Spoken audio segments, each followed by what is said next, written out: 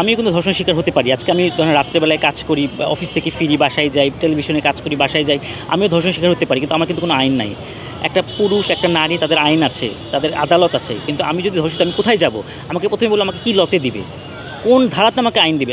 এটা নেই। কিন্তু আমি অনুরোধ করব বর্তমান সরকারকে, যারা হিজড়া জনগোষ্ঠী আছেন, তাদের জন্য একটা আইন হোক।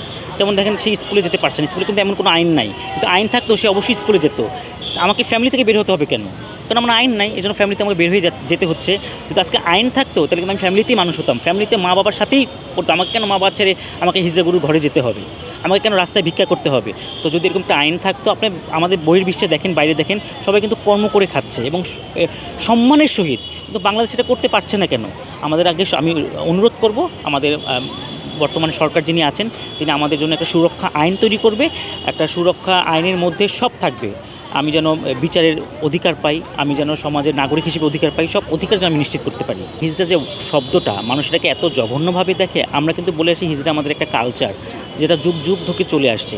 সো আমরা আবারও বলি যে আমাদের প্রোটেক্ট আমরা নিজেরাই করছি। কিন্তু এখন একটা মানুষ যদি এখন আমাকে মারে, এখন আমি কি করব? আমার যেহেতু আইন নাই, আমি বলবো আই চলো কেউ মারি। এটা তো সমাধান না। সো সেই জন্যই সুষ্ঠু একটা আইন হওয়া উচিত, যে আইনে যে আপনি যদি আমাকে মারেন, সেটার জন্য একটা ধারা থাকা উচিত। তাহলে দেখবেন সব ঠিক হয়ে যাবে এবং এদেরকে কাজের সুযোগ করে দেওয়া উচিত। আমি একটা কোম্পানির ব্র্যান্ড অ্যাম্বাসিডার, আমি টেলিভিশনে একজন নৃত্যশিল্পী। সো আমি কাজ করছি। সো এরকম সবাইকে সুযোগ দিতে হবে। আজকে আমাকে সুযোগ দিয়েছে যে কোম্পানিতে আমি আছি, আমি একটা ব্র্যান্ড অ্যাম্বাসিডার হিসেবে আছি। আমি যে কোম্পানি স্যার আমাকে সুযোগ দিয়েছে, আমি দেখাতে পারছি। তো এরকম সুযোগ দিতে হবে। আমি যদি ঢুকেই যে ছিছি করি, এবং প্রথম কথা হচ্ছে তারা তো কোনো অফিসে আদালতের দরজায় যেতে পারে না। একজন হিজড়া বলে তাকে ওখান থেকেই বঞ্চিত করে দেয়। তাকে তো সেই সুযোগটা দিতে হবে। যতদিন পর্যন্ত এগুলো ঠিক না হবে, ততদিন আমাদের বাংলাদেশ সবাইকে এক সমমর্যাদা দিতে পারবে না। আমাদের প্রধান প্রস্তাবটা আমরা যেটা দিতে চাই, সেটা হচ্ছে আমাদের ফ্যামিলিতে যেন আমরা থাকতে পারি, আমাদের পরিবারে যেন আমরা থাকতে পারি। পরিবার থেকেই শুরু হয়। আমরা কিন্তু প্রথম পরিবার থেকে ঝরে যাই, তারপর স্কুল থেকে। পরিবার থেকে ঝরলে তখন আর স্কুলে নেয় না। কারণ একটা স্কুলে ভর্তি হলে তার বাপের নাম লাগে, তার মার নাম লাগে। অনেক সময় ফ্যামিলিটা অস্বীকার করে, না এটা আমার ছেলে, না এটা আমার মেয়ে, না অস্বীকার করে।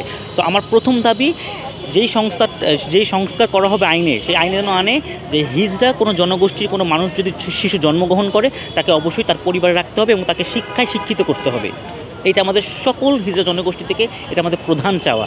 তাকে ফ্যামিলিতে মানুষ হতে হবে এবং সে যেন এডুকেশনের শিক্ষাটা পায়, সে যেন স্কুল কলেজে ভর্তি হতে পারে। আমাদের আমেরিকা থেকেও একটা এসছে যে নারী পুরুষের পাশাপাশি আর কোনো লিঙ্গ থাকবে না। তো আমরা যারা হিজড়া জনগোষ্ঠীর মানুষ আছি, তাহলে আমরা কোথায় যাব? হ্যাঁ, তো আমরা আমাদের নিজের প্রত্যেকের জন্য আমরা নিজেরাই যুদ্ধ করে যাচ্ছি। নিজেরা চেষ্টা করছি কীভাবে আমরা সমাজের সাথে মিশতে পারি। কারণ আমরা সমাজের একজন নাগরিক, আমরা এই বাংলাদেশের একজন নাগরিক। সো আমরা চাই নাগরিক একটা ছেলে একটা মেয়ে যেভাবে চলবে, আমরা যেন সেভাবে চলতে পারি। এবং আজকে আমরা এখানে যেই প্রতিপাদ্য নিয়ে এসেছি, আসিয়া যে ধর্ষণে সে মারা গেল বাচ্চাটা। তো অনেক সাংবাদিকরা প্রশ্ন করেছে যে আপনার পোশাকের, আসিয়া তো কোনো পোশাকের জন্য ধর্ষিত হয়নি। সে একটা শিশু বাচ্চা, এবং তাকে যে ধর্ষণ করেছে তার পরিবারে, যেখানে আমাদের পরিবারের ছেলেমেয়েরাই কী বলবো, যে পরিবারের ছেলেমেয়েরাই শান্তিতে নেই। মানে পরিবারের নিজের বাবা, বোনের জামাই, তারাই ধর্ষিত করছে। এখানে বলার তো আর কিছু নাই। সে পরিবার থেকে সে শিক্ষাটা আসতে হবে।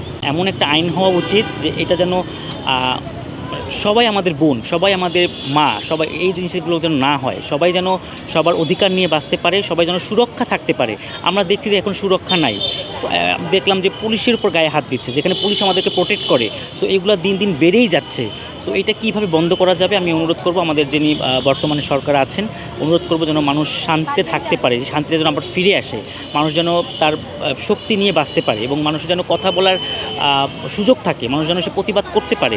সো তাহলে এগুলো সব বন্ধ হবে। এবং সবাই বলতেছে ফাঁসি ফাঁসি ফাঁসি। তো আমি মনে করি যে ফাঁসি দিলে তো সে মারা গেল, না, এমন একটা শাস্তি দেওয়া উচিত যেন সে বেঁচে থেকেও বুঝতে পারে, রিয়েলাইজ করতে পারে যে আসলে এই জিনিসটা আসলে অন্যরা দেখতে পারে যে আমি আজকে ধর্ষণ হলে আমাকে এই ধরনের বিচারের আওতায় আসতে হবে।